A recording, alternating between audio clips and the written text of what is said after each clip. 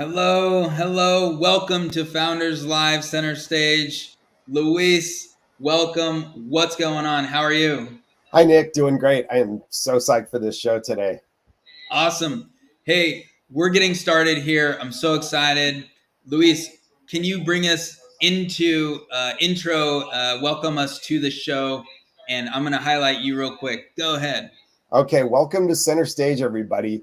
This is Founders Live Center Stage, live from Los Angeles. Nick and I are joining you from the cloud, but we will be dropping into the city of Los Angeles to cover the relaunch of the city and hear from 5 amazing startups and a few. They're actually going to do a panel presentation discussion in advance of that. Nick and I are going to do a preview of the presenting startups, and we're also going to hear a little bit about Nick's adventures and some insights that he's got from this summer's experiences.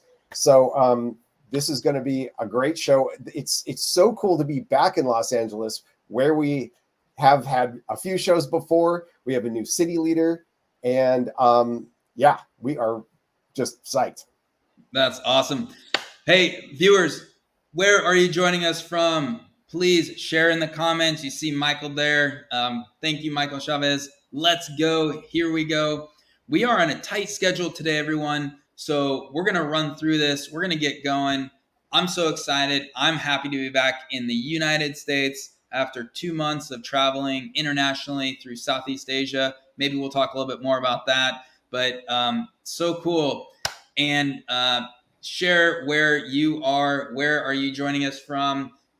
Share this out to your community, and share that link out, and let's get rocking, everyone. But Luis, it is time. It is time for Center Stage. We're coming live from Los Angeles. We are in the cloud. We are not in Los Angeles, but we're gonna drop in later, and we're gonna go right live to an event there. But before we get to that, this is Founders Live. We're powering the pulse of entrepreneurship all around the world. Ultimate entrepreneurial experience. Yes. And this is the new Founders Live. We're now back in person. We're doing hybrid events. We're about inspiration, education, and entertainment. So awesome. We have a global community. I know because I just saw that in Indonesia, where entrepreneurship is on fire. They love Founders Live over there, just like they love it in the United States. But we also have these local events and building local networks and communities throughout the world. So really, you see Founders Live as the homepage of the modern entrepreneur. A lot of access. We're starting to build out more of this stuff for the entrepreneurs. Really excited to bring that to you all here over the next few months and going into next year, coupled with these live events. So tonight we are diving into a live event that's happening in Los Angeles, California. These things happen all over. Tomorrow it's Houston, Texas. So excited about that. So pretty much every week we have events happening all over the world, working and building the industry-defining brand of entrepreneurship around the world. So we started in Seattle. I started Founders Live 8.5 years ago in Seattle. We're still and continually expanding all around the world. We reach about 91 cities, 31 countries. You see those dots? We keep popping up dots every month and every year. That just continues to get more dense, and so we're excited about that. Our 92nd city is Bengkalis in Indonesia. I actually went there. It's a small little island that is at the top of Indonesia, close to Malaysia. And this little city is just hungry for entrepreneurship, and we are launching there soon, and probably in the next few months, to help them grow entrepreneurship and the startup culture there in their little community, a part of Indonesia. So we're excited about that. If you want to start Founders Live in your city or country, just simply go to founderslive.com/expand. We want to bring, maybe you're the city leader, to help join us and help expand Founders Live into your city and country. Let us know. Hey, if you want to pitch at Founders Live, so most of the startups that you're going to see pitching tonight filled out this form. They reached out to us and said, hey, how do I get involved in this? How do I pitch and share my vision of what I'm building? You can fill that out at founderslive.com/pitch. So we have a form on our website. Let us know what city you're in and if you want to pitch. The last thing I'm going to review, Luis, is we have a tight schedule here. We're going to go through our 5 core values, and I'm going to ask you at the end which one was your favorite. All right? Cool. Or which Let's is do it. your favorite. Yeah. So our first core value here is respectful authenticity. What does that mean? Well, first of all, it means that we include everyone. So we encourage you to be your authentic self in our events and online, but we also within that ask you and expect that you respect others in their authentic self. And within that, we believe everyone has an equal opportunity for success. So with that, we want to include everyone. We make sure that people feel included within our community, and that's called respectful authenticity.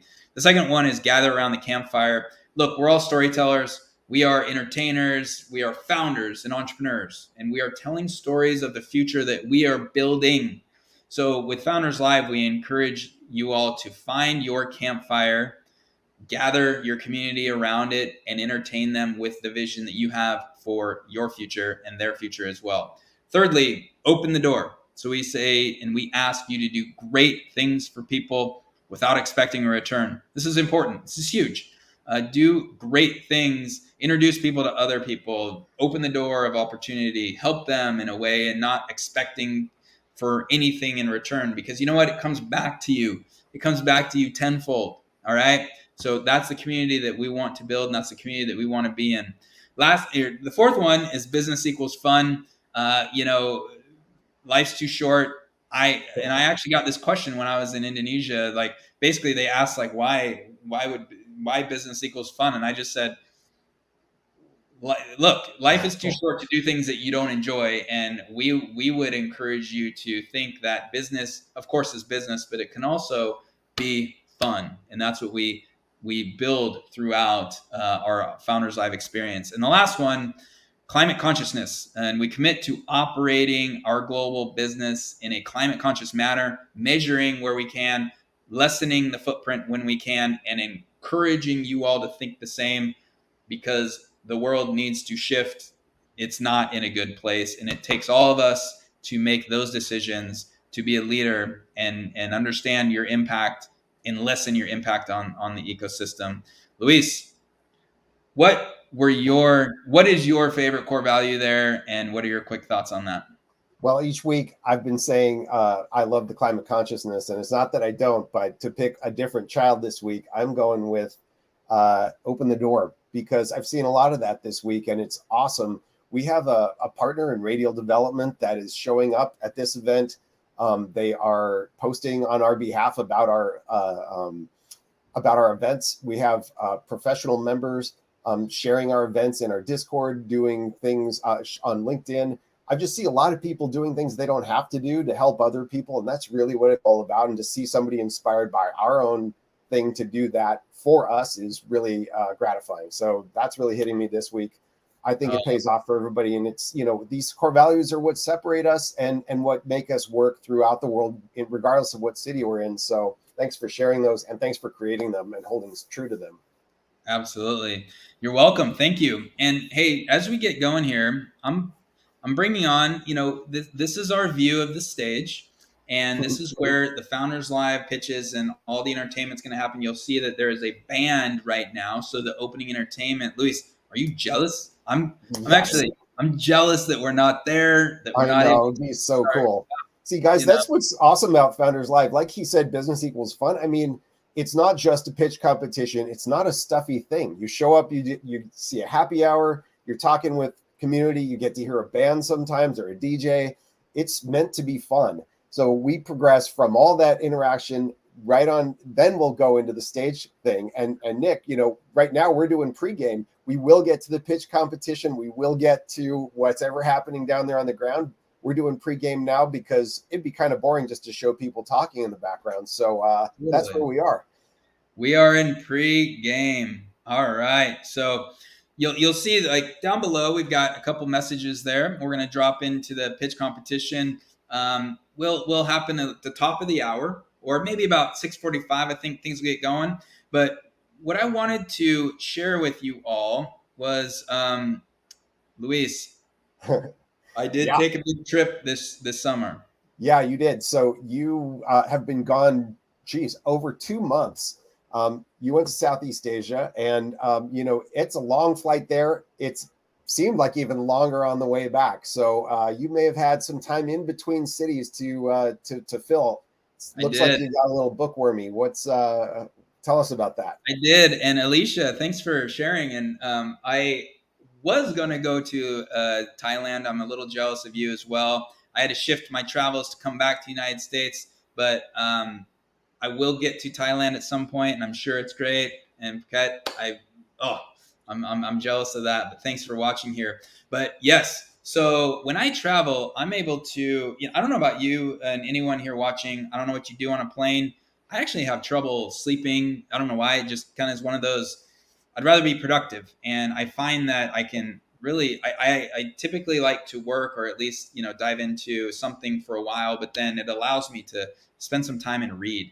And I've got 7 books here that I'm just going to share summer reading, book overviews, and I think it is just helpful to share what I'm reading. And maybe you all out there, if you haven't read these books yet, you might maybe want to pick them up. I think that they're great. And by the way, we're not getting anything from this. I'm simply sharing my experience of going through these books and reading them. So first one, holy crap. I can tell you, Luis, this one right here, the Network State, and it's How to Start a New Country by Balaji Srivindian.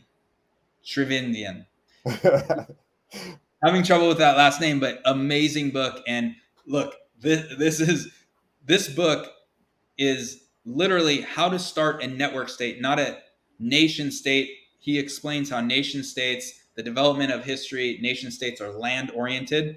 A network state is literally a network that is a entity around the world. You can think about them right now as like social networks, but he talks about the evolution, and he also wraps in where we are currently in our world. Things are happening, tension in internationally as well as domestically with the United States, and he maps out where things are going. And what's really interesting is he ties it into like a startup founder. There's a network founder. If you're thinking about creating a network globally that comes around unique shared values that wants to really accomplish something, he lays it all out. It's amazing. So I'm about 2/3 of the way through the book. I had long flights in the last few days and just dove right into it. And it's this book is powerful if you are looking to create something, whether it's in your city, country, or global, a movement of getting people shared around a vision. It's amazing. So, that when that sounds fascinating to me. I can't wait to read this one. It's on the top of my list. But it also, especially because it seems like it would be really relevant to what we're doing together here at Founders Live, what we're trying to build. How do you, any lines you're drawing that you see directly that you could share? Well, yeah, I mean, he talks about the power of not just having a unique technology that then can spread around the world. He talks about a unique, almost like an ideology, or they call it a one commandment. And don't allow these maybe religious associated aspects. Just simply using words to identify. You can have a global movement around an idea, and maybe it doesn't even involve technology. And Right. That's essentially what we're doing in some ways. We obviously do involve technology in aspects, but I'm taking away. I'm It's just not about learning. technology. I'm really It's about learning about something else. Yeah. how we build and how we want to continue to grow and build, and expand to more countries and more cities. And but I would encourage any founder and startup founder, read this book. He's illustrating where we're at and where we're possibly going with the world, international tensions, and all that stuff. So very amazing. So the second one that I'm talking about here is called Mr. Monkey and Me. And this is Mr. Monkey and Me, a real survival guide for entrepreneurs by Mike Smerklo. Mike Smerklo was a founder and entrepreneur. He's now a venture capitalist. He has written this book talking about Mr. Monkey. You all know who and what Mr. Monkey is. It's that thing, that person right back here that's telling you that you can't do it, that what are you doing? You think you can be successful. He named this thing, and he identifies his journey through founding his company, growing it, having an exit, and dealing with the monkey on the shoulder. And I can identify with that. You all probably can too. And I would encourage any entrepreneur to really dive into understanding the mental aspect. He talks about the success or failure of entrepreneurship is between the 2 ears. It's not in the market. It's actually how you identify and understand yourself as you grow. It's amazing. Yeah, so this one is going to be more relevant to individual founder mindsets around money. What are you seeing there for that you can tell our founders? Yeah, I would say that the main, like he just said, success or failure is determined between here. That is your main thing to figure out as a founder, as you're getting going, or even as you are continuing to grow your company. It's really starting to understand yourself and who that monkey is, whatever you want to name it, and actually accepting it and dealing with it. He talks about you can't put it away. It took years for him to figure out that you can't just quiet this and push it away. You actually have to engage with it and talk through it. So I would suggest any founder and entrepreneur starting to understand that. Yes and no. You can read more of these recommendations on our website, in our blog. I posted about it. The links to all these books are there, so definitely check that out. All right. I'm going to put that in the chat. Awesome. So the next one, this next book, Better Capitalism. And Better Capitalism, Jesus, Adam Smith, Ayn Rand, and Martin Luther King on moving from plantation to partnership economics. This book is really interesting. And, it's by Paul Knowlton.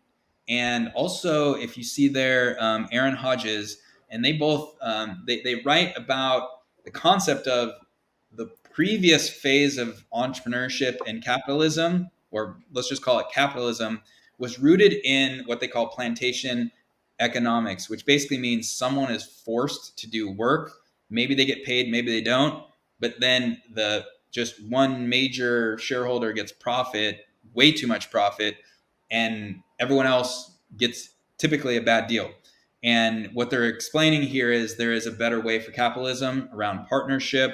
They call it partnership economics, and getting creative on other incentives and ways to structure your economic relationships or business deal relationships so that we have a better capitalism. And it really is an important book because the troubles of the world, some of them or a lot of them orient around the challenges between those aspects of capitalism and how there's a downside to capitalism. There are losers in capitalism, and maybe there's a better way and a better capitalism. So that's what I took from the book.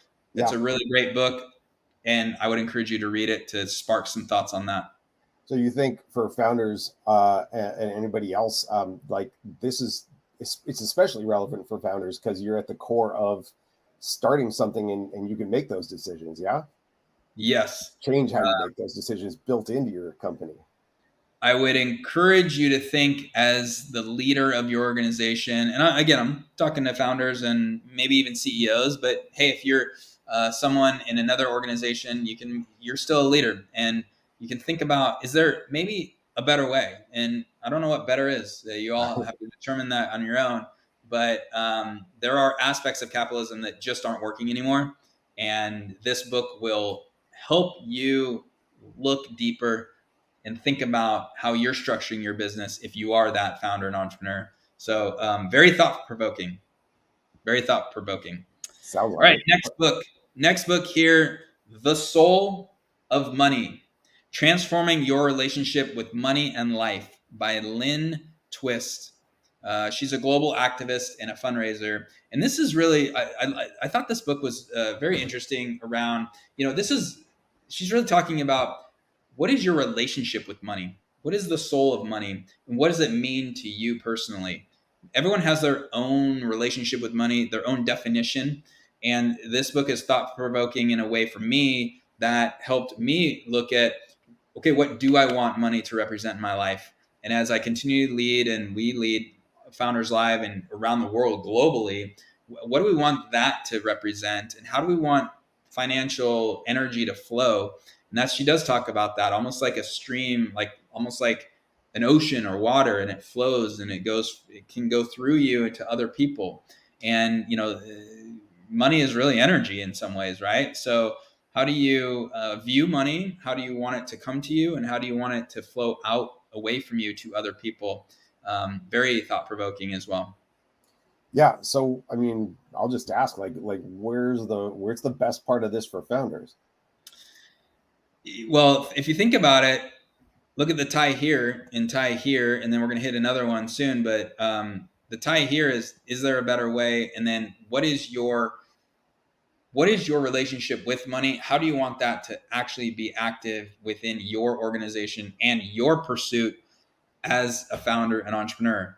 Because like it or not, everyone, if you're the founder, and especially if you're the CEO, you have maybe too much, but massive influence on the structure and the energetic flow of your organization and where money goes. And, we have to think about that. And we have to be considerate of not only personally, but also organizationally.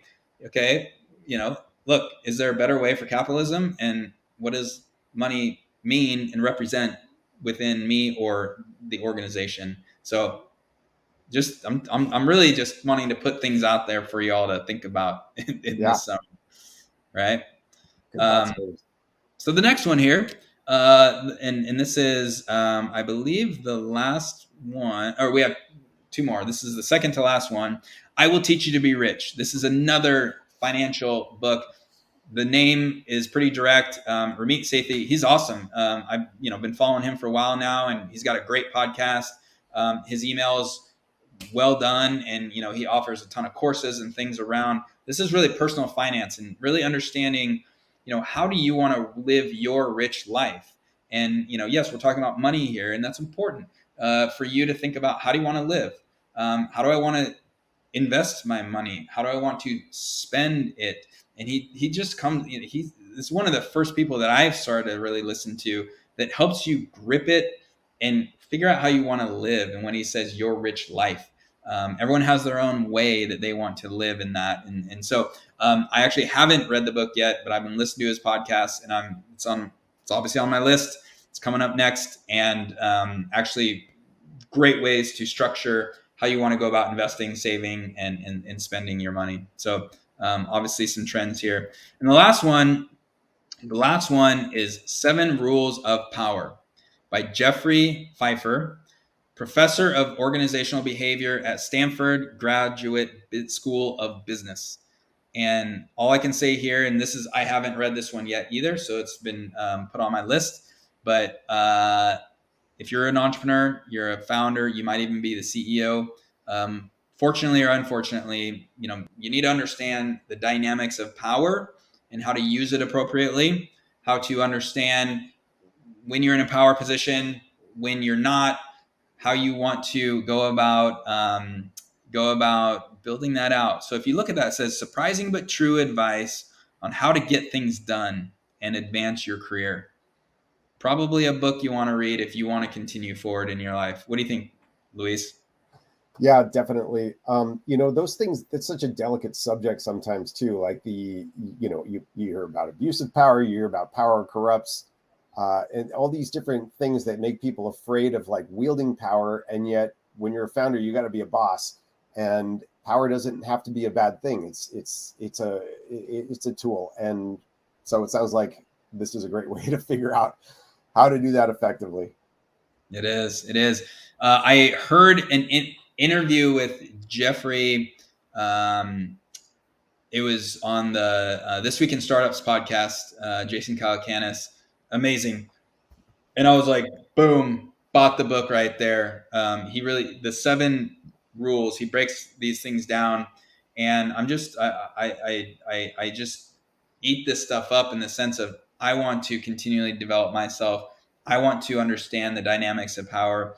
And from his, creating the book, interviews, all the things he went through, yeah, I was like, this is great. I want to read more about it. So got the book, and I encourage you all to check it out.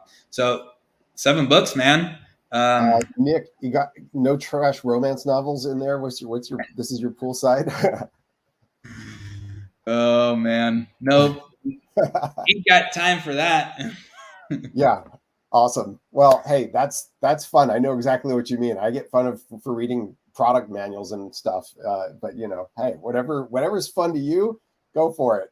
Whatever's fun. I love this. I love the stuff you have on here, so I'm looking forward to reading those things.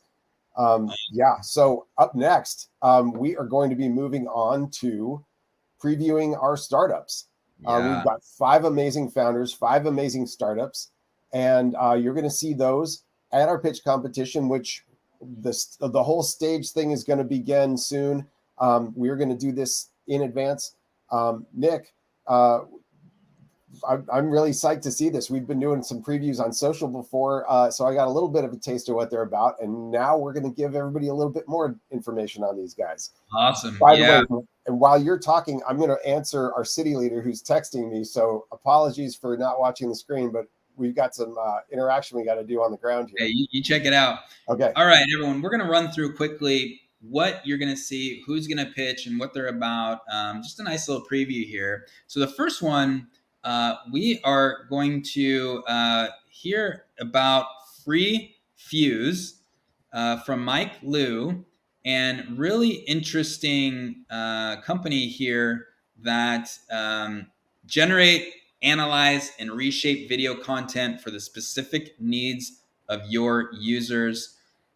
Take a look at this, everyone. And we got Mike is going to be pitching here. FreeFuse automatically converts any video content into clickable interactive trees focused on a more personalized and engaging user-driven journey. So bridge the gap between in-person and asynchronous experiences. Really, really interesting here. And Luis, I'm excited for the pitches that we are able to really discover and learn about what they're building and why. So the pitch here is going to be very amazing. But when you think about it, you see that the future is all video, man, and TikTok's taken over. It's crazy. So you look at how people are using video and interactive content. This is an important tool for businesses to really start learning that. Do you have any thoughts on that, Luis? And can you tell us a little bit about the founder? Oh yeah. So first, the interesting angle on FreeFuse is it's a way to like get more granular with a video versus just a broad long form thing. You can actually click through and go to whatever you need. It's kind of choose your own adventure for educational style, but there's a lot of applications for it. That's really interesting and kind of a step forward, an evolution of the video trend. So hopefully they do that well. Mike was pretty impressive on social. He had the most shares of anybody of our stuff. And I love that a founder helps to build community. So, he said that, he's a lifelong learner, and this, his history of being an engineer gave him hands-on experience on like what to do with this product. So like he's a builder of both technology and community. And I think that looks pretty good for success going forward. Awesome. Well, we're excited to hear from Mike and that pitch. But the next one we have is Closr. Closr is a real estate marketplace app designed to standardize the home listing process with transparency and unity. And we've got Grace Lee that's going to be pitching tonight, talking about, two, brokers, inspections, all this stuff. Really, it's live home tours from your fingertips. So let's take a look at that. And really, really interesting here. Closr. And Luis, can you tell us a little bit about Grace and what you've learned about Grace as the founder here that's presenting? Well, Grace is kind of the mystery woman of the group here. She doesn't have a lot of SEO for herself or the company, but what I have been able to tell is that she has a direct background in real estate. So it looks like she she got some expertise, deep experience in an industry and in a consumer experience, and then went forward and is building a better mousetrap here for a problem to answer, or a product to answer real people's problems. So it's, there's a ton of real estate apps out there, but when you take somebody who's been in the mud with it, I'm optimistic for what she's going to have to say about this. Awesome. Yeah, me too. Excited to hear from her and hear the pitch. That's why we do this is, we can't get too much from the website. So you listen to the pitch, you can ask questions if you're there in the audience and go from there.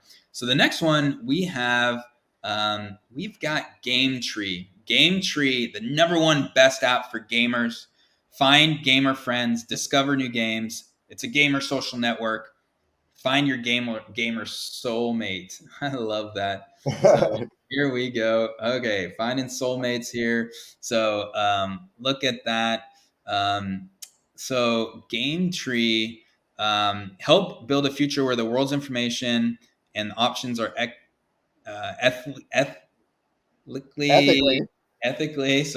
curated to your unique tastes, values, and psychology. One thing that just comes to mind here is, that last statement, psychology, ethics, we're getting into an area where these things need to be built out. These things need to be available. So what comes to mind here? And did you know anything that you want to share about John that's pitching? Yeah. So John is, that, like I said, he's super interested in building a this future where the world's information and options are ethically curated. So it is a social network for gaming. He is bringing people together and using his experience in the gaming industry to give people forms of connection. This is going to be a thread that we're going to see again here as we review other founders and startups. We see people who want to help people, and that's another reason why I choose the open the door thing earlier as my favorite core value. These founders like John here with GameTree are doing something for a community, not just building community as an audience to sell products to. They're doing something for an actual community of people that they identify with, and that he's got his feet and fingers in the mix of all this stuff, and he wants to do something positive for gamers. And look at this product he's got. There's a lot of cool little features to this, so that's exciting. So cool. All right, next one we have BrandArmy. And this is Ramon Mendez, who's pitching BrandArmy, where social media stars launch superfan communities. We make it easy for professional creators to launch, activate, and manage their superfan communities. Wow, that's awesome. So let's go ahead and take a look at their BrandArmy. There we go. Yeah. Here we are. And superfan creators, Luis, what jumps out at you? Well, so Ramon is he is a creator economy person. He comes up with a photographer background initially, and then he had a couple of startups. So he's a serial entrepreneur. This is another startup that he's done. It feels like he's really landed on the thing that draws together his creator approach, his knowledge of community and networks, and mobile technologies, and he's doing something to help creators monetize and reach their audiences. So very timely, very much in need, and from somebody that's again just been in that whole mix. Yeah, I think it's really interesting, and I think that's the big question mark is really around where does the creator economy go? Where does this, the influencers, all that stuff? I think we're at a crossroads, and the industry needs services and platforms and things that help the creators continue to move themselves forward and their business forward. So I'm pretty curious of how this develops. Yeah, what's interesting too is how it addresses the coming surge of Web3 focused demand and opportunity. Especially when you come from a Web2 background. But I think starting with a focus on the creator, the individual, that is exactly sets you up for being successful in a Web3 environment. So Absolutely. big in demand, and it looks like he's facing the right direction. Awesome. Jumping ahead, just for time wise, the Yeah. last one we have is Greenlink, the social hub for everything cannabis. Connect, create, learn, share, and engage with like minded people. Find friends, favorite products, brands, and much more. Greenlink, social hub for everything cannabis. Yeah, just cool. Like all industries need these social hubs. You'll see a bit of a trend here, I think, that they're really about connecting people. Major trend. Getting the right content, helping people find the like-minded people. So anything that we should know about the founder, Asad, Shah, and anything? What do you think, Luis? Yeah, well, what's cool is doing these social profiles on everybody. They've got different variations of profile pics. Assad looks like he is some kind of badass old school dude. So I'm looking forward to seeing the pitch. He's a veteran. He's a serial entrepreneur. He's done 3 technology firms. He is, but as you look at his background, more recently he's been focusing on social connection. This is another person that's seeing the advantage of doing something for community. And Greenlink is it's interesting. It kind of like parallel to GameTree. It's a niche focused product for communities, and not just like the social angle of it, but like other kinds of utility as well. So and that's again useful in a Web3 context. We'll see how that goes. But it's cool to see people find the advantage of bringing in the audience and with a broader consideration for their needs. Always good for product appeal. So good. Oleg, thank you. Good to see you. Hey. Oleg joining us there from Houston. He's our city leader that has a Founders Live event tomorrow. So excited about that. And yes, it is an awesome lineup. You look at these 5 startups, and I just think that there's some strength here. They span various industries, and they represent, if you go back to those core values, man, like it's about getting people together. It's about being authentic. It's about being purposeful. And I feel like there's some meat here, man. Yeah, for sure. It is great to see Oleg here, and we wish him luck tomorrow in Houston. That's a city leader doing great. Hey, maybe we can take a second here. We've gone over the 5 founders and their startups. We have a new city leader here in Los Angeles. His name is Joe Abood, and you know what? It's his rookie outing, and he's not just doing his first Founders Live event. He is doing a center stage. So we're just so proud of him, and we thank him for his hard work. They're busy in the background there. The band on the ground, he said, is just about to get started. So they're running a little bit late. You can see them getting on stage. Maybe they've even started here.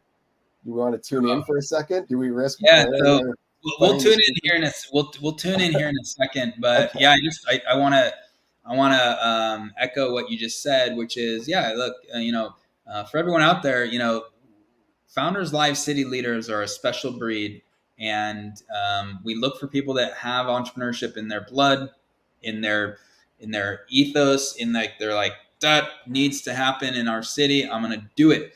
And Joe stepped up, and he's this is his first event. He's learning the ropes, which we appreciate. We like it, but you can see here that things are coming together, and we have the band starting. And what we're gonna do here, everyone, is we're gonna unmute. And we're gonna take the audio down, just so we can maybe adjust it a little bit. All right, but it might be a little loud to start with, so allow us a little bit of time here. So rock and roll, we're at LA, man. Yeah, so it might be a little loud for a second, but we're going to take the audio down here.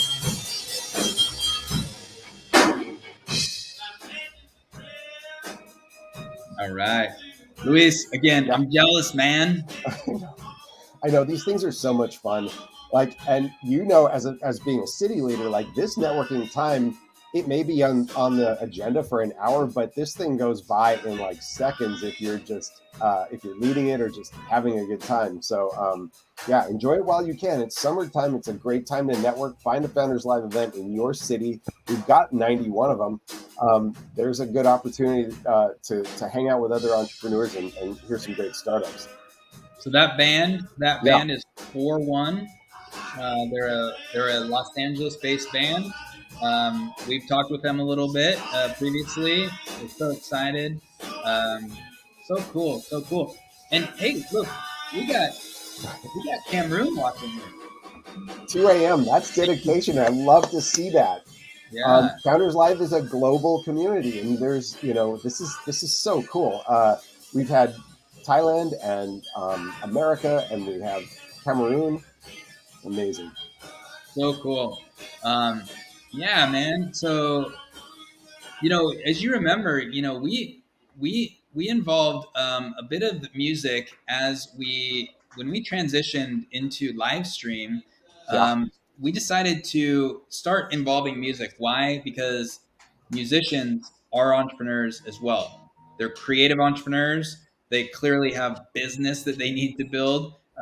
Their product is the listening experience, the music. They need customers, people to buy their music, to share their music, and we believe the creative entrepreneurial path does involve music and creative expression. Yep. For sure. That's kind of like the future audience for us. Definitely involves, or the current, but like a future push for us is around creator economy. These creative projects that we see in NFTs, that we see just enabled by all kinds of new technologies, allow founders to be artists, to be founders of startups of one sometimes. But as they see success, they start to build in they have audiences, they have business needs, they have all kinds of exactly same needs that other startups have, and they find themselves needing to bring on staff to manage stuff, and all of a sudden they're doing things that have nothing to do with being an artist but being a business. So we are ready to embrace those creators and show them that there's a whole world of resource and support for them here with Founders Live, and that they can learn from our founders who've been in it and share their experiences with founders going through the exact same thing they are, just maybe in a different industry. Yeah. So welcome, creators. We love it. We love it. We love it. Man, so we're so what are you most excited about for this? There's actually a panel discussion as well that we're going to dive into probably at the top of the hour. So what are you most excited about here on this show tonight? We just ran through intro. We ran through the books that I've read over the summer, which I encourage you to all check out. We just went through the startup founders and the pitches. What's got you going, Luis? Well, I'm psyched to see what BrandArmy is going to say, what Ramon Mendez is doing on that, because I'm partial to that creator economy world, and he's been in it for a while, and that is such a tough nut to crack, dealing with creators and influencers, and it's not an influencer management thing; it's kind of a self-management thing for people with big followings.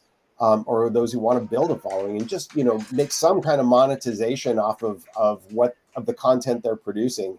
We have there's such a trend of everybody realizing that Facebook and all these social platforms are making money off of their content, and they realize they've got hundreds of thousands of followers, and yet they don't exactly know how to make money off of that. So BrandArmy may have something for them. That's what I'm psyched to see. That'll be an interesting story. How about you? Anything super interesting to you? Well, yeah, I mean, aside from this band, I would have to say this is a tough one. I'm curious of Grace and with Closr. Not saying that's my favorite or industry, because I'm not. The real estate industry is not necessarily my main industry. I do think real estate tech and prop tech is something that is interesting. and is still seeing a lot of innovation. But also the market is shifting, so we'll see if it's the right time for these things to hit. But Yeah. interested to see how she does, and then um, you know. Yeah, BrandArmy sounds really interesting.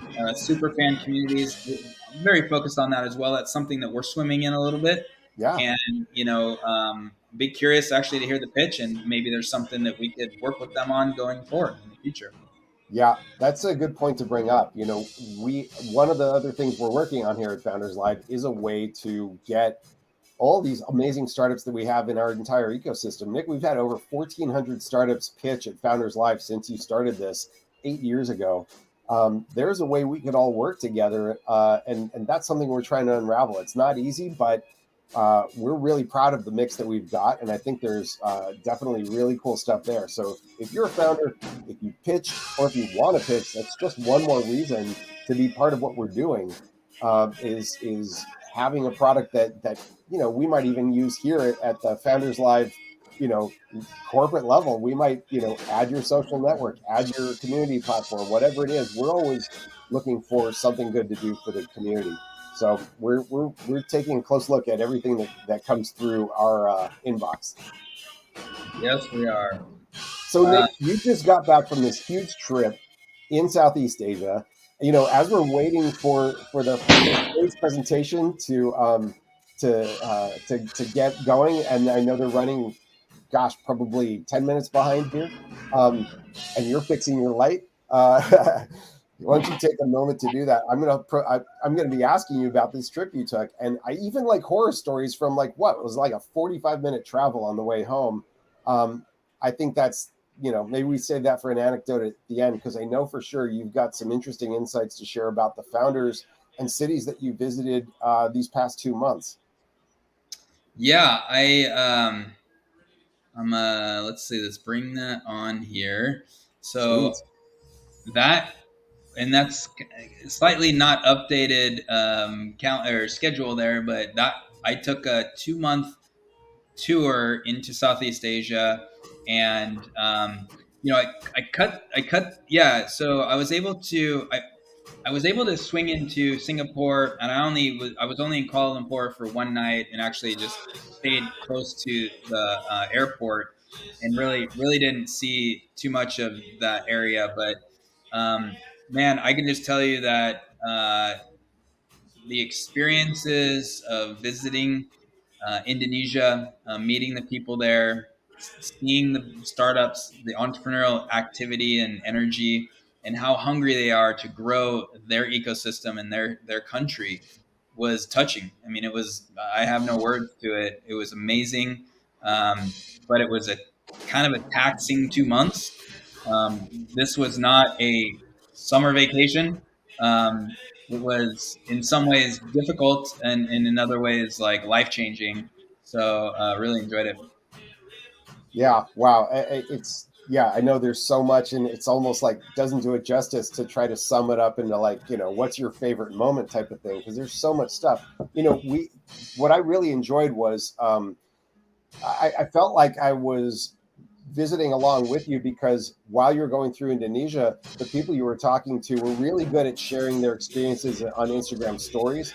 So almost every day that you walked through a city, there was somebody that you were impacting either with your story or just, directly personally. You were having dinner with them, with a group of people, or you were talking to a crowd, but someone was interested enough that they were recording that and putting it on Instagram stories. And some people made these amazing reels, some people just had their travel log essentially, but you were they were inspired by the story, inspired by what they heard, and they were already at a Founders Live event or something related to that, put on by Founders Live city leaders. So yeah, I feel like you really kind of added to the effect there, and Look, it's quite impressive. what's crazy? Look, I'll ask you, everyone, if you're watching, those cities. Like, have you even heard of?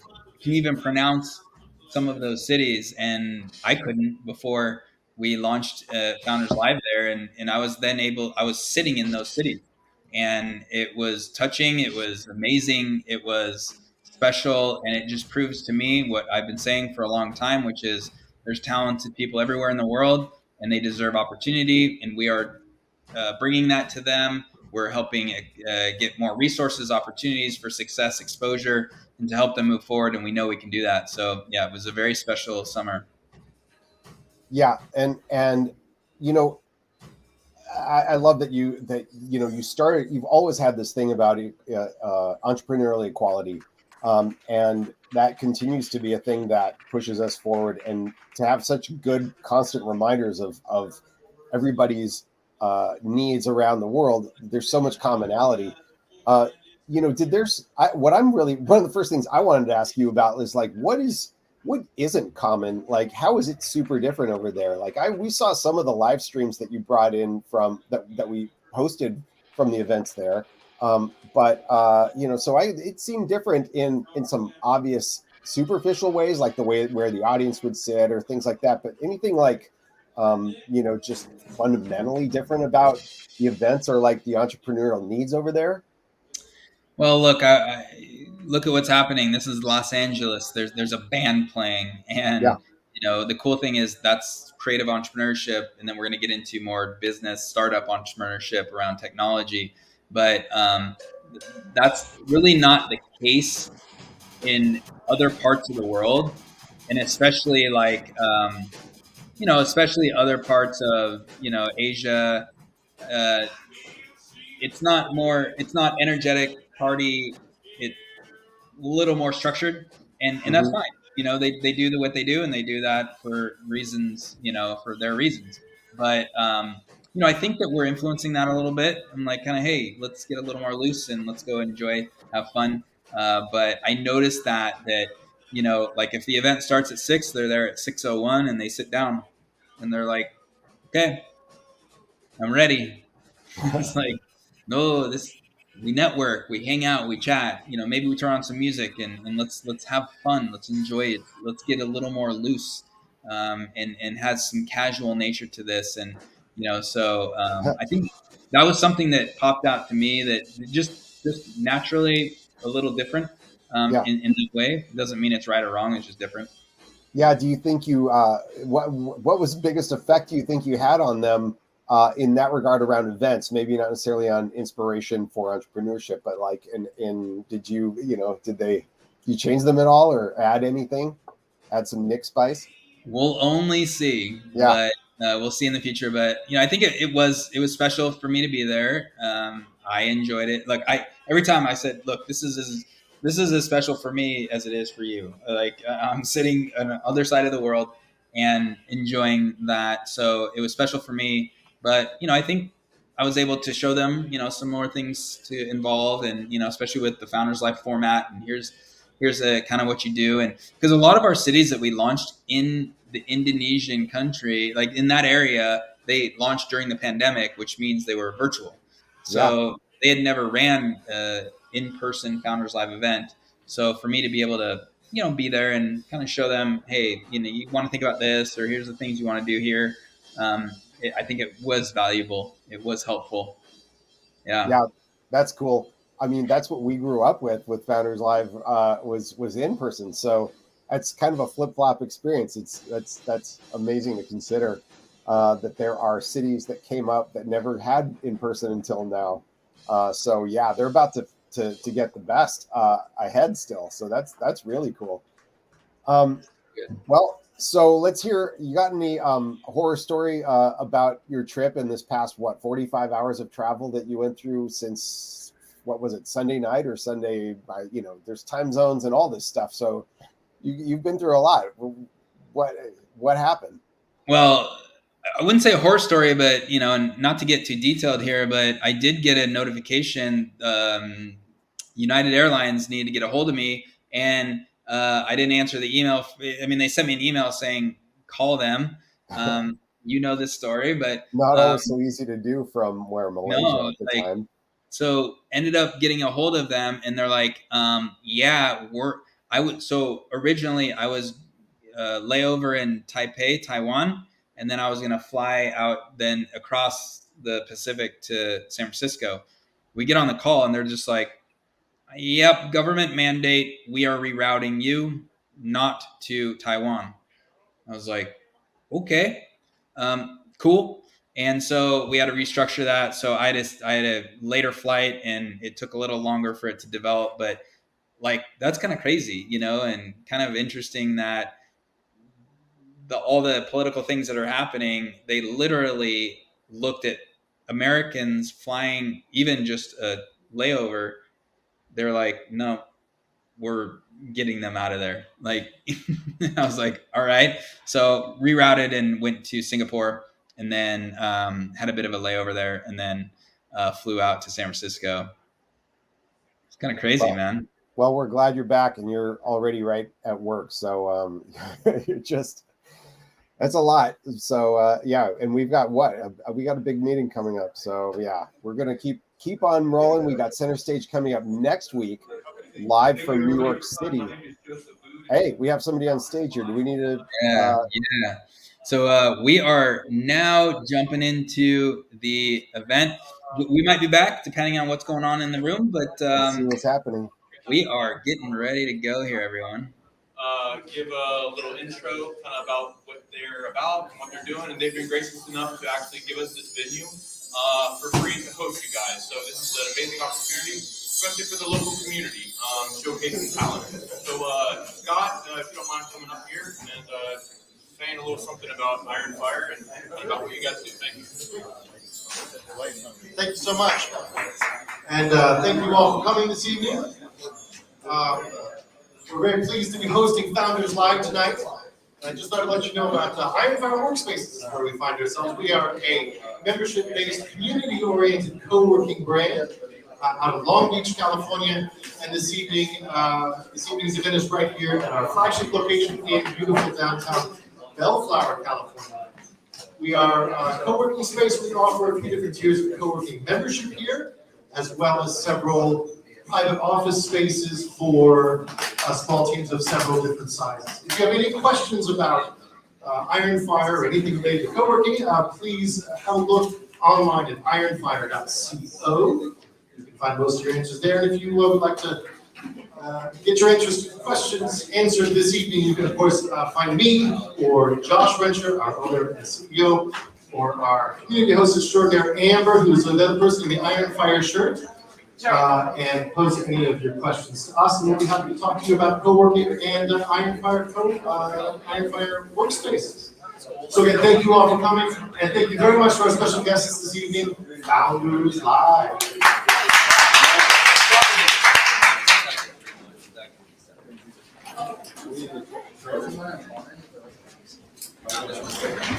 Joe, you sharing your slides now?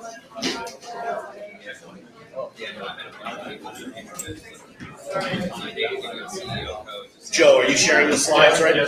Okay, cool.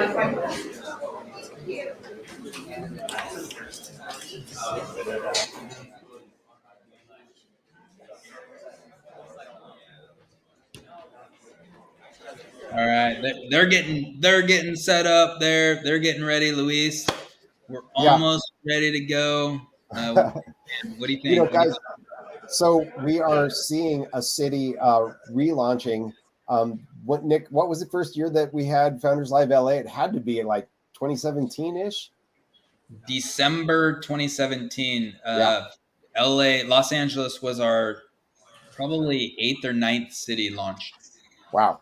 Yeah. So, it's been, they had some stops and starts, and we got Joe as city leader, and he's made it able to happen here. But, it takes a while to get the rhythm down. There's so many moving parts in a live Founders Live show. You're not going to have it perfect the first time, but the difference between not doing it and doing it one time is tremendous. So he's kind of come along so far in this first show, and that's all you got to do is just do it. Start by starting, and I think as founders, we all know that lesson by heart. Awesome, yeah, so cool. I'm getting ready. I don't. They might be able to hear us in that room. I don't know what's going on there, but excited for it. And if you all can hear me, you look good there. I'm jealous. I'm not there, but have fun, everyone. We're going to let you drive the show.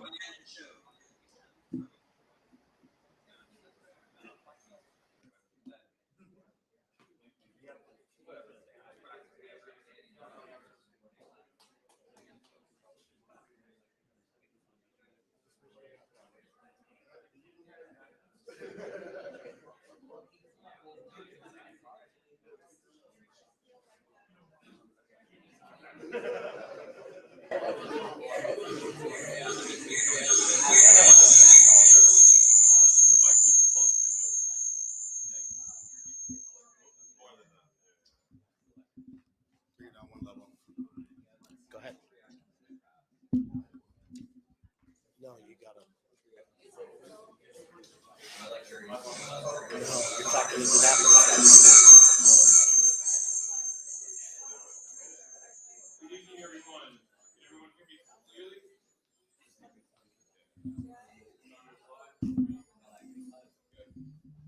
Good evening, everyone. My name is Joseph Abboud.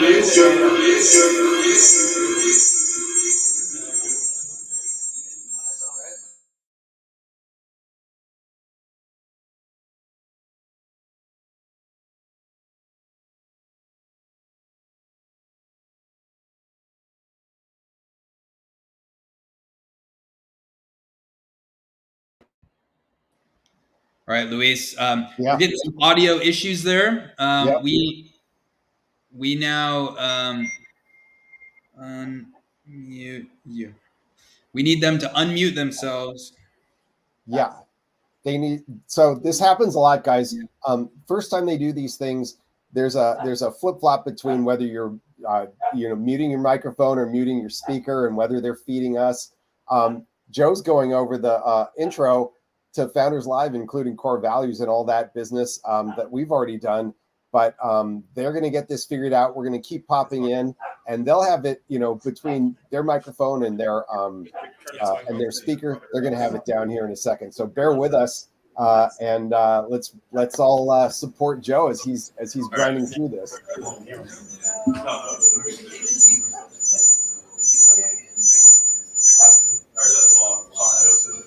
Nobody here will hear. Yeah. Okay. Talk loud? Yeah, okay. Got it. Hey, Joe, if you can hear me, Joe, you need to remove the audio coming from your laptop. You should be hearing me or your voice in the room. Does that make sense? All right, did we get that fixed? Did we unmute? You need to keep the mute audio coming out of your laptop. Try, Joe. Testing. Can you hear me? We can hear you. Thumbs up. Thumbs up. Thumbs up. They can hear us. Now you're gonna have to talk loud so people hear. Okay, everyone. Good evening. My name is Joseph Abboud, and I'm here with Founders Live. Founders Live is about entrepreneurs, startups. It's about you guys. So thank you, everyone, for being here. Thank you to Iron Fire Workspaces for allowing us to use this venue. Thank you to Lisa, David, Nathan, and Saul for helping me with this event. And just a little bit about Founders Live. Like I said, we're about education, inspiration, entertainment. This is part of the entertainment. We had a live band. We're having you guys present today. Let's see. So Founders Live is a global and a local community. So right now we are currently in, 91 countries, I believe. And it should be a slide for cities. And we're still expanding around the world. There it is. 91 cities and 29 countries. Okay. Founders Live is about 5 core values. Okay. This is kind of what we're based upon. Respectful authenticity. We include everyone. We believe everyone has an equal opportunity to be successful. There should be no barriers to success. Gather around the campfire. We are storytellers. Find your campfire and entertain. All of you guys have a story to tell. All of you guys have a journey that you guys have been on. Open the door. Do nice things for fun, or do nice things for people without expecting anything in return. It's kind of a unspoken rule, you know. Business is fun. So something unique about Founders Live is we kind of want to change the dynamic and kind of want to make business be simultaneous with fun, in the respect of it doesn't have to be monotonous or it doesn't have to be boring. You know, we want you guys to follow your passions. This is actually our newest core value that was added recently, climate consciousness. We commit to operating our global business in a climate conscious manner, including measuring and lessening our footprint when possible. So let's see, that's Founders Live. Thank you to 4-1 again for their amazing performance. And they literally came all the way from Riverside, California for all of us. Okay, let's see. And this is a list of our sponsors. We have Let's Scale, Iron Fire, M3. We have a Google, the Google Cloud for startups, Make My Idea Real. And we're actually going to have these people talk to you guys today as well. Just kind of give you a little thing about what they have going on. Radio Group, Vinitive, BrainShare. Let's see. Okay, we already finished Iron Fire. And now I have Saul. If you want to say, or some you guys want to say something about Let's Scale, this is a good time for that.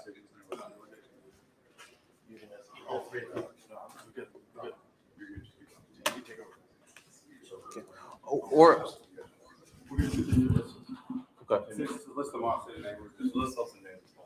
okay. So Let's Scale. Yeah. If you want me to introduce you, come on in. Okay. And actually, for the sponsorship part, I'm gonna introduce David Babish, and he's gonna kind of give you guys a breakdown and of our sponsors and kind of why we're here. Okay, guys. Thank you very much.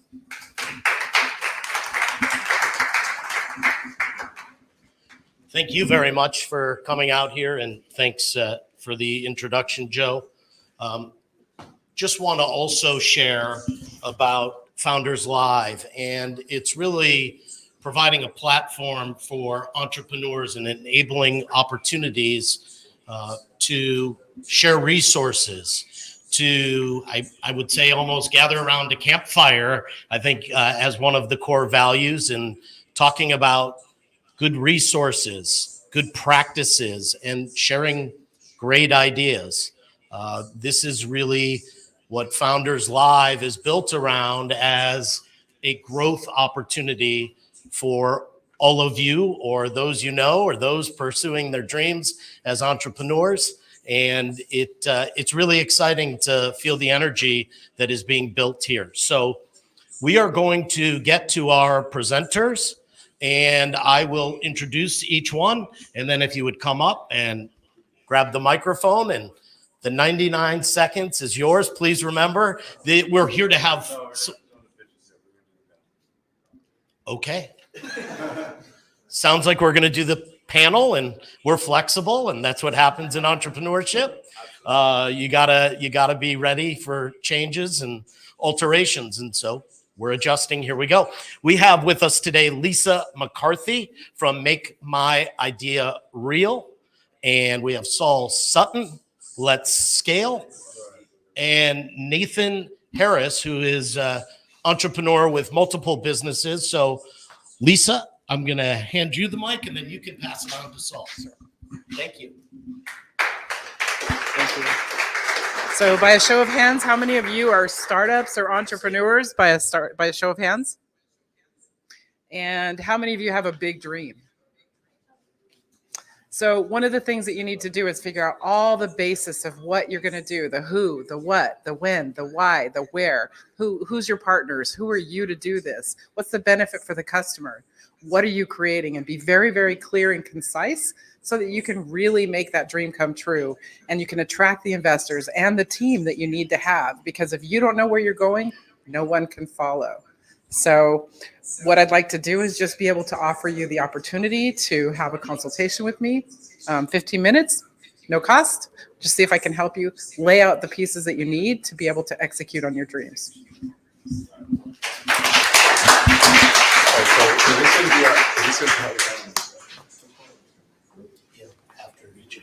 All right.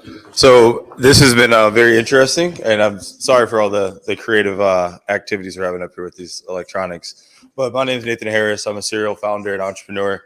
Started off in marketing, performance marketing, built up a pretty strong marketing agency, and then I just really started to pursue my passion to figure out how to solve problems that were bigger than just my community. So over the past couple of years, my brother and I have started a technology company called Ease, where we help large-scale enterprises and startups that are in a high-growth capacity with figuring out not only how to form their ideas better, but also how to build the right team so they can both build revenue-generating teams as well as product development teams. So that's what we do. We're alumni of Plug and Play Tech Center, which is one of the largest technology accelerators in the world, as well as Generator.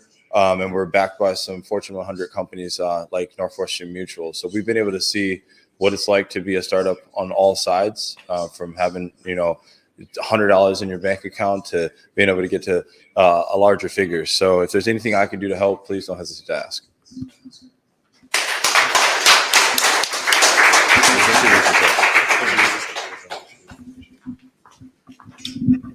All right, I'm gonna try and talk to this mic. Hope you guys can hear me.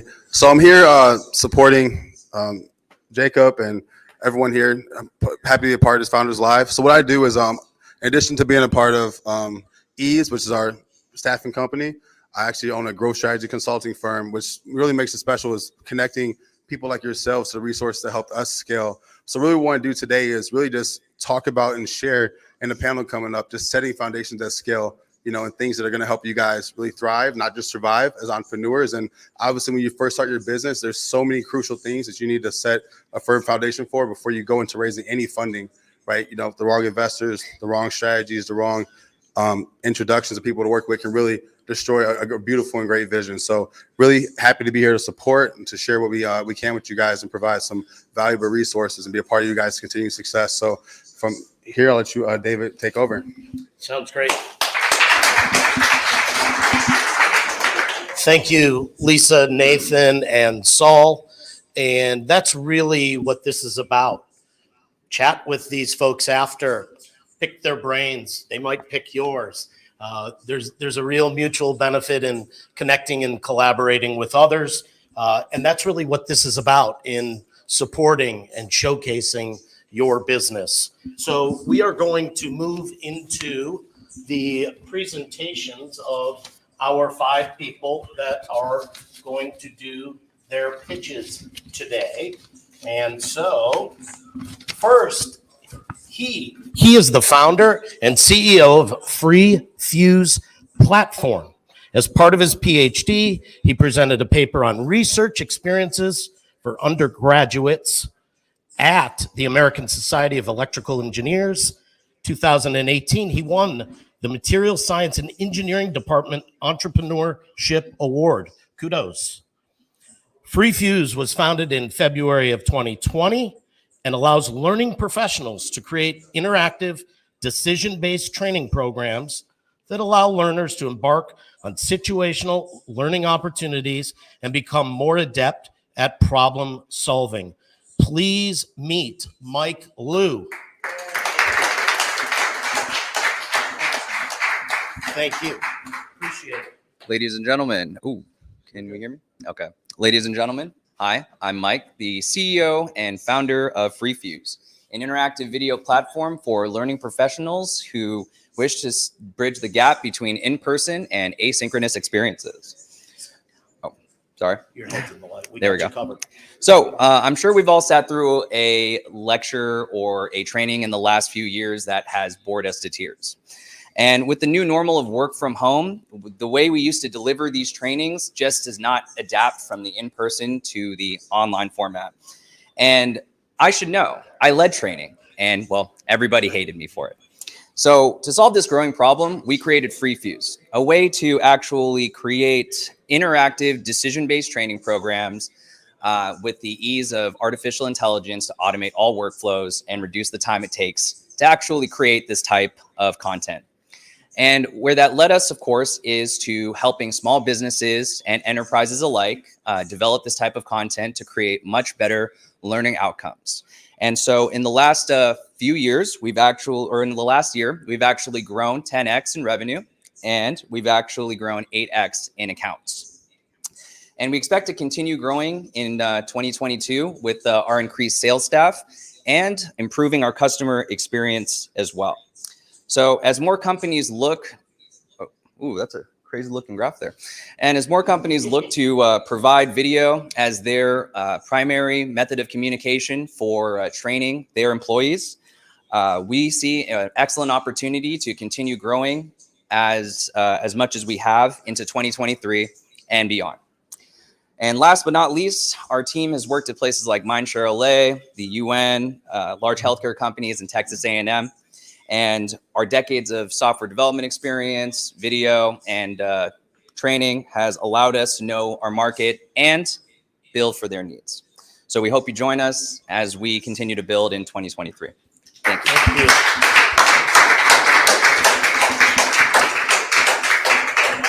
And as a reminder, this is, like I said, we're going to have fun, but it's a competition as well. And you can vote. There are QR codes posted throughout. And we are going to recognize the person that gained the most votes. Next, she is from The Code Solution, a real estate development services firm in downtown Los Angeles.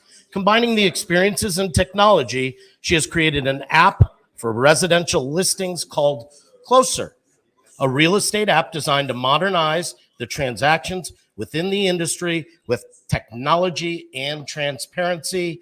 Meet Grace Lee. Do your best for a minute and a half. Yeah. Thanks, Grace. Hi. Hello, guys. Thank you. My name is Grace, as you said. Now, I'm going to ask you guys to raise your hands for me if you have ever bought or sold a house before. Okay, so interesting numbers. Now, these stats might come to you somewhat interesting. According to the National Association of Realtors, the studies done in 2022, the top 3 reasons that accounted for delay or termination in escrow contracts are 1, inspection reports, 2, appraisal issues, and 3, financial issues. Our app can provide a solution to these problems by prioritizing transparency with all our listings, making sure our properties are handled beforehand. And we do that through community pricing. Let me walk you through how this goes. Our users can upload any type of properties, whether it's for sale or not, because our value stands on finding the true value of a property. Now, once the listing is up and running, all listings must require an inspection report, though. Now, they can choose to upload an existing report that they might have, or they can opt to take a questionnaire on our service, providing a simpler evaluation on the house. Once the listing is up and running, users can then now host live home tours with each listing, allowing hundreds and thousands of other viewers to view and interact in live time. And after each tour, users can take a survey giving best and the least favorite features about the property, as well as their potential offer price. And with all these resources exposed, we believe we can give a valuable range of a market price to the listing owners. By combining transparency and technology into the process, we allow users to make the right decisions with the right people in a faster time, bringing them one step closer to their dream house. Thank you. Grace. Way to go, Grace. Thank you so much. Next, he moved from Dallas to LA this past October to build BrandArmy for creators and their superfans. He's a serial entrepreneur, and as a former pro photographer, he's a creator himself. I think he has a very cool hoodie, and it is Ramon Mendez. Thanks, Ramon. So yeah, I'm Ramon Mendez, co-founder and CEO of BrandArmy. Think of us as OnlyFans for mainstream creators, right? So we're focused on building for larger professional creators that want to own their fandom. And so we're a super fan engagement monetization platform for social media superstars. We've been in beta now for about 15 months. This year alone, we've done 1.7 million in sales, about 150,000 users at the moment. We're currently raising right now $3 million at a $24 million cap via Safe. But yeah, we're just focused on helping creators want to own their best fans. If you all know kind of how this works, up there you've got effectively your fandom is fragmented, right? You've got your different audiences, but you don't own any of it, right?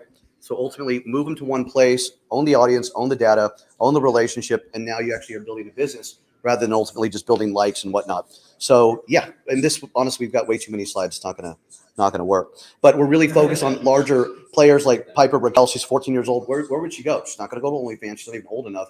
And then also Patreon, right? Not gonna work. With one way to make money, you're just not gonna be able to make as much money with just one way to make money. So we've empirically shown that more ways to make money, they literally are able to make more money. So yeah, so far so good, and we're off to a really good start. Thank you. Thank you. Appreciate it. Great stuff. How about our first three presenters? Give them a round of applause. Keep the energy going. Two more, and then we'll get into more. Next, to bootstrap his startup, he moved from California to Ukraine, where he met his co-founder. Their friend-finding app for gamers, GameTree, now has over 500,000 signups with almost no marketing or advertising. Take that in. Their goal is to help you find your tribe for gaming and beyond with industry-leading matchmaking that considers your unique interests, values, personality, and more. Please meet John UK. And is your co-founder here with you? Dana, I think I got it. Sidorenko? Your stage, your microphone. Thank you. So hi guys, yeah, my name's John UK, and I'm one of the founders of GameTree. And it's a top-ranked platform for gamers to discover friends because it's just really good at helping people match based on a lot of deep criteria. And our vision is to bring this outside of gaming and to eventually create like a top, really good curation platform for meeting people. I started this company because after college, I basically went from living with a lot of my best friends to a new city where I didn't know anybody. And it quickly turned into the most depressed, lonely period of my life because I would just go to work and then go back to home and then just go back to work and play games online by myself, basically. And I found it's really hard to find friends as an adult. So when I looked for solutions, everything was just basically looking at like age, sex, location, and a common interest.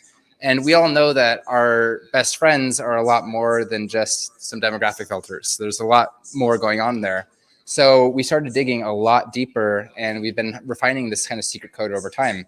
And that's how we've been able to build GameTree now into over 500,000 people without almost any marketing or advertising. And it's also not a naturally viral platform just because it's the best at doing what it's doing. It has top Google rankings for find gamers, find gamer friends, find people to play with. And so now it's basically looking at your personal values. It knows like what is moral for you. Are you okay with cursing? Things like that.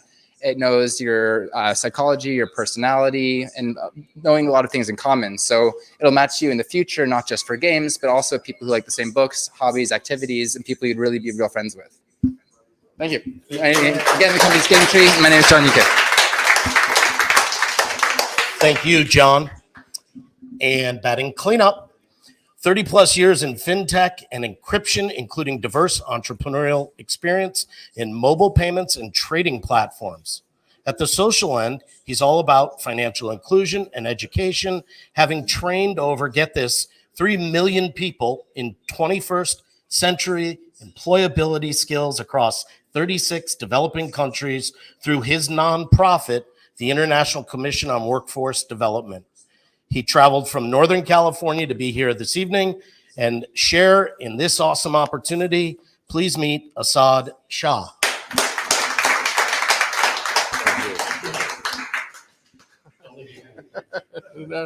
So, do we have any cannabis enthusiasts over here?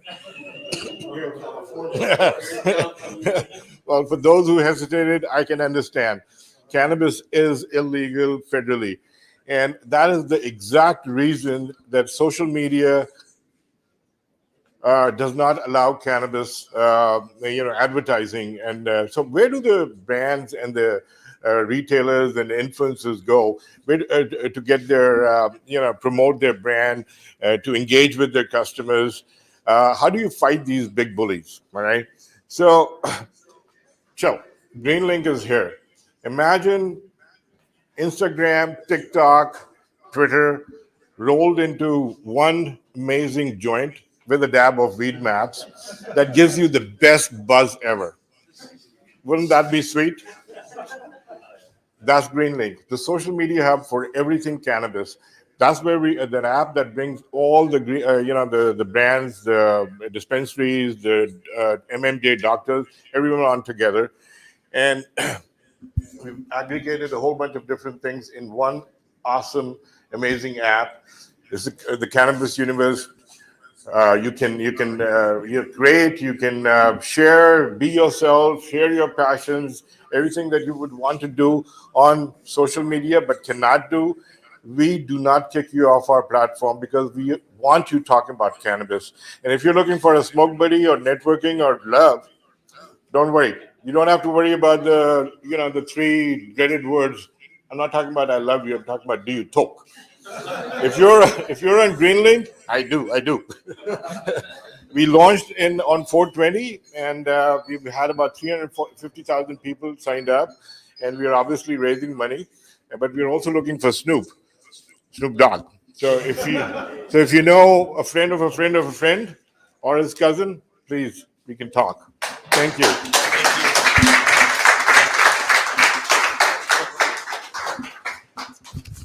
Amazing. I admire your spirit. I think everybody in the room does. For all of you, number one, being here, the presenters, and your entrepreneurial energy, enthusiasm, and not only creating a brand or a concept or an idea, but walking your talk and actually starting the business. So much respect and keep going on your journey.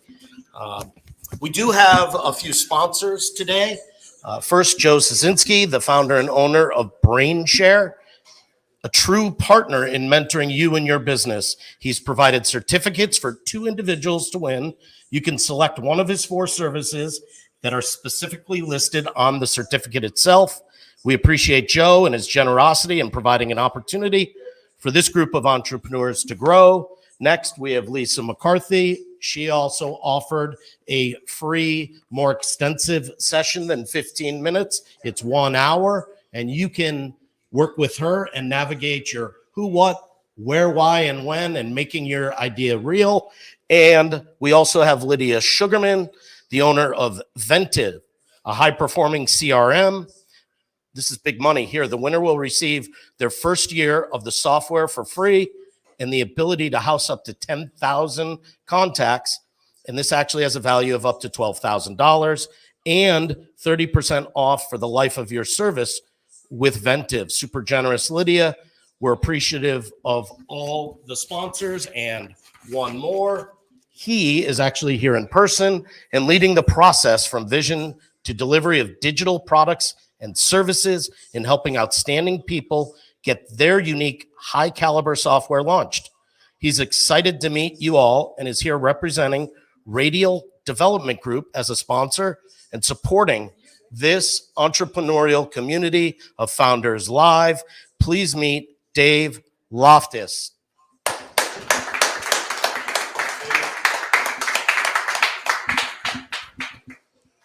Thanks, everybody.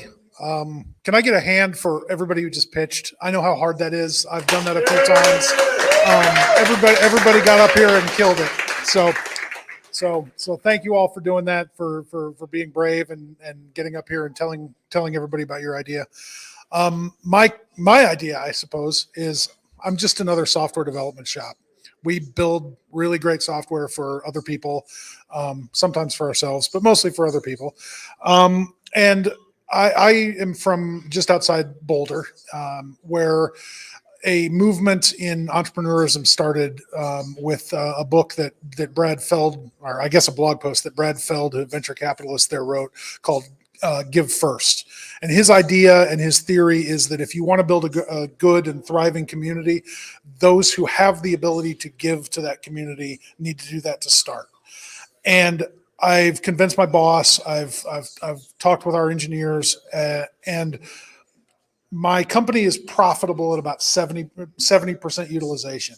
And so we've got 30% of our developers' time that we can spend helping people.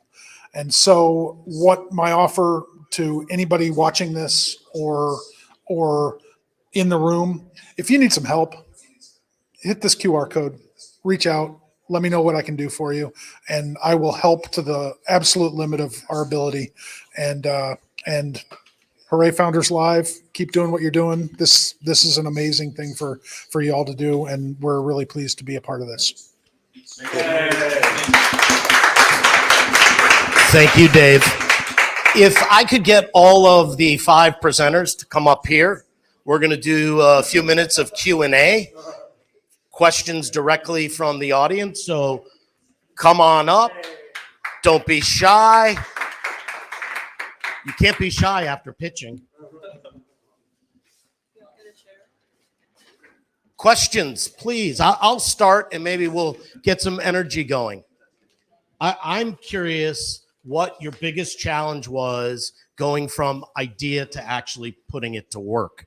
So maybe you each can grab the mic here in no particular order, and it won't reach. So if you step up and then pass it along, that'd be great. You got it.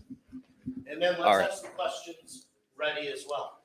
So one of the hardest things, I think, going from the ideation stage towards actually building something viable, I think, is do you actually know if you're on the right track, right? A lot of doubts sometimes about what you're doing. And I think that getting it in the hands of people that you feel like are your initial target market and really seeing if it's a valuable thing for them, understanding what their use case is, understanding how they buy, understanding, all of the elements about whether this could be a successful product or not. Those are always the major challenges of building anything and building it from the ground up, because you really don't know. And you're kind of like, taking some level of, initial data to move yourself forward. So that was kind of one of the earlier challenges. And especially because we were, looking at a learning use case, it was kind of somewhat challenging to get it into some of the places that we wanted to. But over time, that became a lot easier for us as we got the, data validated. Grace, you want to go? Sure. And my error, but if we could keep responses to 30 seconds, we can keep this moving at an efficient pace. I think for me, one of the hardest thing about bringing this to commercialization is the fact that we had to combine experiences and different technology. We have a background of coming from a real estate development firm with over 10 years of experience. Combining that knowledge and with different skills within the technology was kind of a challenge, and it still is, but combining different teams and bringing different resources are our main goal from here. Great. Thank you. So something that I've learned a lot in building the GameTree social network is that where you are matters quite a lot for an ecosystem. Like us being right here, right now, in person creates a lot more than being online. So I'd moved to Ukraine to build up the company, and it was very successful in getting us to where we are now and do everything very cost effectively. But then it was like a double-edged sword that slowed us down quite a lot. So going to events or engaging with people in places like this, I find to be something that's like kind of an X factor that really often makes the difference between making it and not.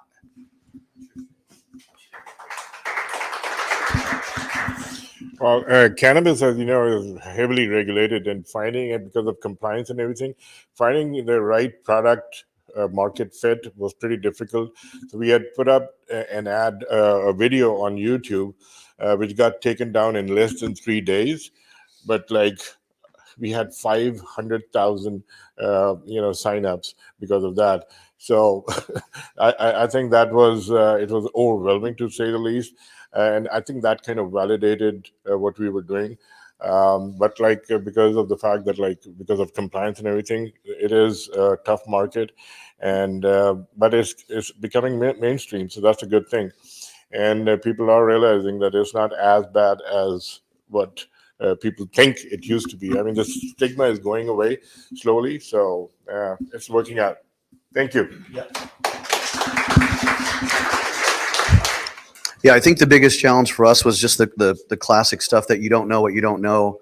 And the idea of break things quick and just sort of iterate was a super big deal. So the quicker we aligned ourselves closer to the creators that we brought on board, the faster we were able to learn, which helped a lot. So I think that was sort of, for us, the biggest one is you don't know what you don't know. Break quickly so that you can ultimately iterate and learn from ultimately your customers, and it becomes a lot easier. But early on, it was a little bit weird, especially with these older investors that want to talk with you. And they don't know what the hell you're talking about, and that's also a challenge, because it's like, how do I bridge the gap between that to ultimately this? So yeah, that was kind of it. Cool. That was a subtle thing, right? Oh yeah. Great. Thank you. Questions? I have one. So to the founders, if you guys had one genie or one wish to basically kind of help bridge that gap or put you over a certain edge in your mind, put your companies over the edge to, you know, whatever that looks like. Maybe it's accumulating more clients or creating a larger outreach. What would be that one thing that you guys wish you had in order to put you over the edge? Is there one particular thing? There may not be. Maybe multiple things. I don't know. You have 20 to 30 seconds to answer your one wish. Rub the lantern. Grace, you want to start? Sure. At this point in our stage, I would say one wish I have is bringing the idea, doing a really good job marketing our brand, because our concept, bringing technology or streamlining everything with technology in real estate industry, is something that has not been seen before or is not too common. So trying to bring that idea of bringing everybody in the industry onto the technology platform in one streamlined service would be my greatest idea. Yeah. Thank you. All right. If I had one wish about what I could possibly have right now, I think it would be to increase the amount of customer success people that we have. I want to make sure that the people on our platform are getting the best experience. You know, we were able to double the amount of revenue we made just last month, but that doesn't mean that everybody's going to get the best experience. So I just want to be able to continue serving people with a quality control that I know we're capable of. So that's really important to me.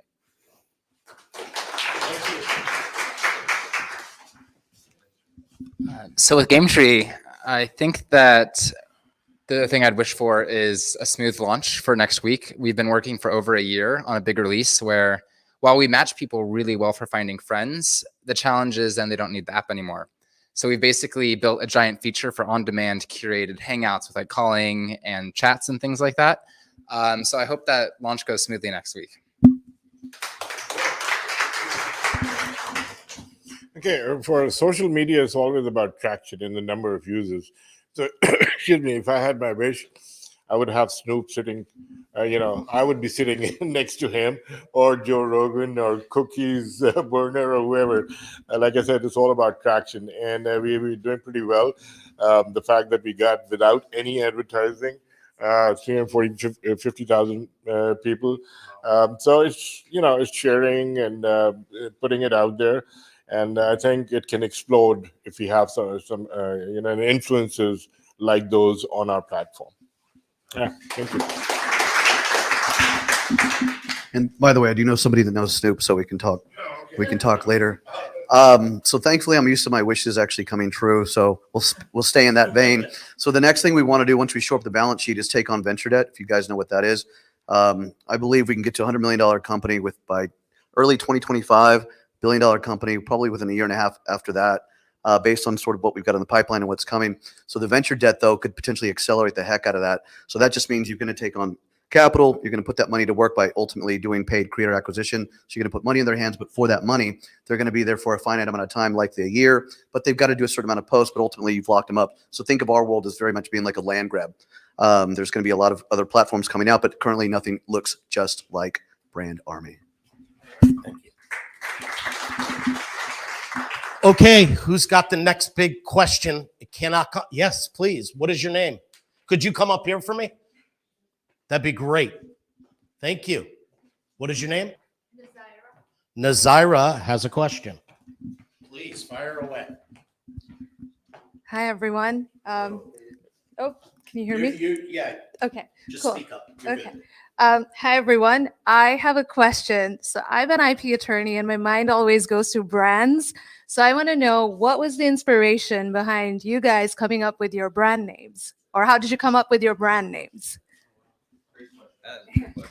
Fantastic. See what happens when you take the mic out of the host's hands? John? Or Asad? Well, cannabis is green, and we're linking people, so it was easy. Perfect. That makes a lot of sense. And money too. Yeah. So GameTree is surprisingly a lot of a data company because we collect personal data to match people. And a symbol that I really like is the tree of life, the symbol that everything is connected. So building up towards that bigger vision, starting with games, it's a game tree. Makes sense. Yeah, so the FreeFuse name actually comes from how our artificial intelligence works. It actually breaks up long-form video content, organizes it into a decision tree, and labels everything into that whole interactive decision tree format. So it's kind of freely fusing a bunch of video clips together.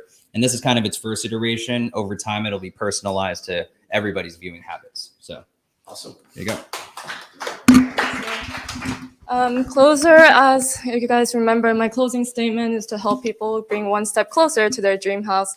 We want to streamline and bring all transactions and people within the industry closer together and make sure they can do all their business in one platform. Thank you.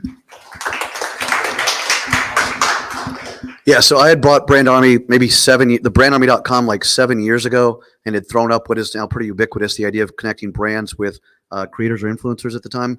I had to shelve it though for the last tech startup that I got into, but I'm sure a lot of you guys know if you're going to create some kind of a company name, take two words that have nothing to do with each other, and you should be able to rank pretty high in the SEO, and you're not going to be muddled with other names. But so that's why I bought it back then, and then just had seen the phenomena of OF and Patreon, and thought, we've got something with this particular name. So the brand is the creator, the army is the Superman.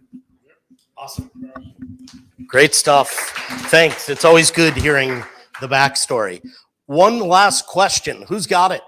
Bring it. Don't be scared. Anybody? Yes, please. Dana. Yes, correct. There you go. Guys, tell about your first investors. How it was? How was your first pitch? How was the first time when you tried to fundraise some money to your idea? Want to start first, Grace?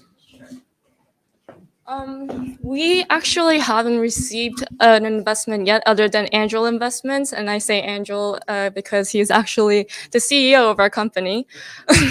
But with the ideas, I believe we've been backed up very well. And he comes from a vast background of real estate knowledges and a continuing business of huge investment and development as well. So, my first pitch, I guess, was hearing his ideas and saying that I can make this happen. I can execute his goals. And we went from there.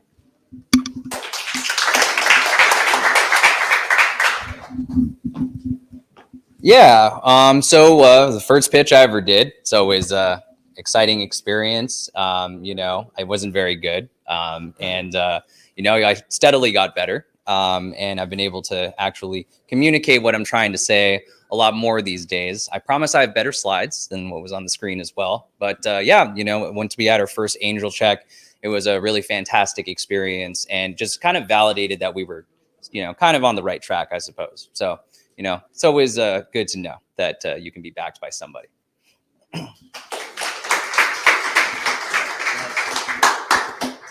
So GameTree's first angel check came because one of the prior presidents of Ukraine told me I could use their summer home if I wanted to.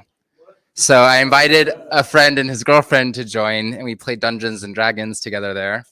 And then he offered me a bunch of money for my startup, and I'm like, you have yourself a deal.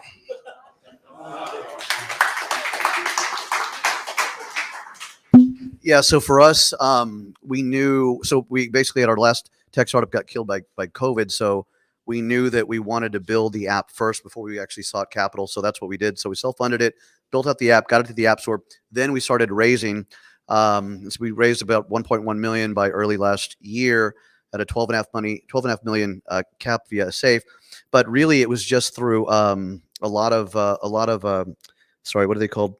Ivy League people. So like my sister went to Ivy League school and brother-in-law. Anyway, so we've got a ton of Ivy League and high-level finance people that have invested, including Carl Icahn's former longtime CFO. We've got a guy that runs $1 trillion, whatever. But really, that's just how it started. Just did that, made sure that we got better terms by building it first, and that's really about it. Yeah. Oh, sorry.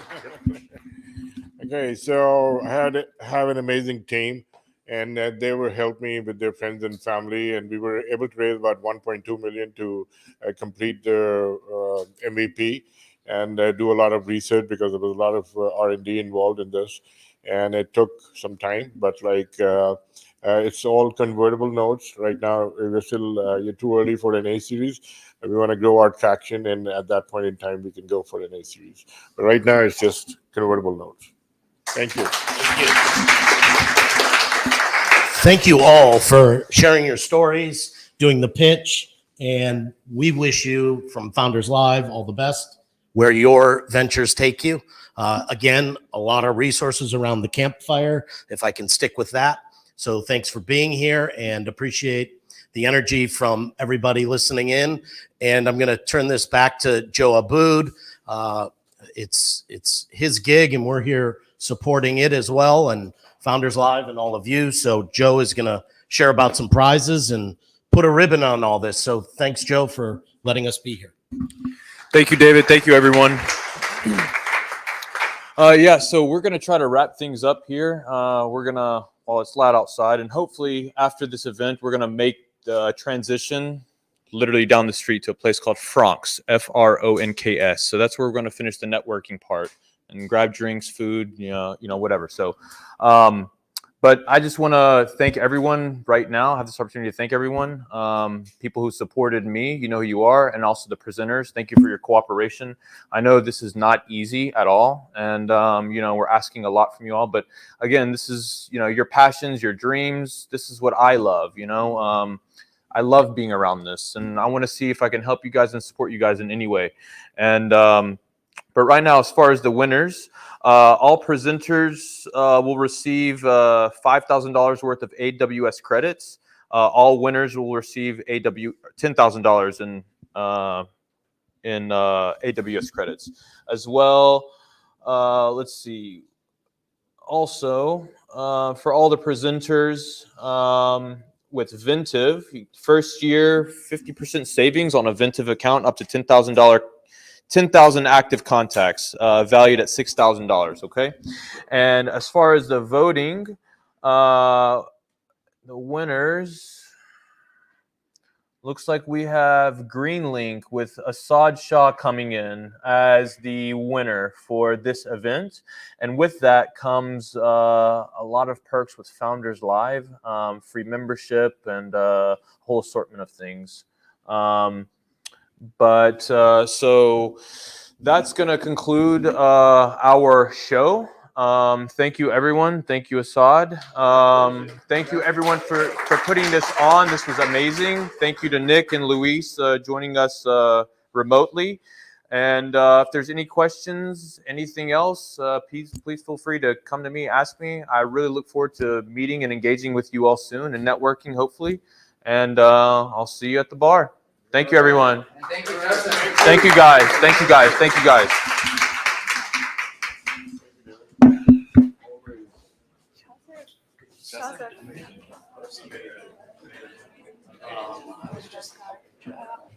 Where we can find this?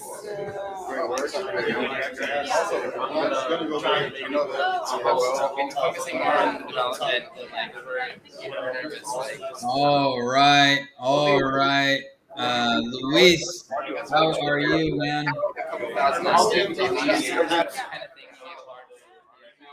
All right. I think you're on mute, Luis. So go ahead and unmute yourself, and we'll go from there. Yeah. Yeah. Wow. So those were some cool pictures. They are still working through some kinks on that first time out there. Normally in Founders Live, we have questions right after each presentation.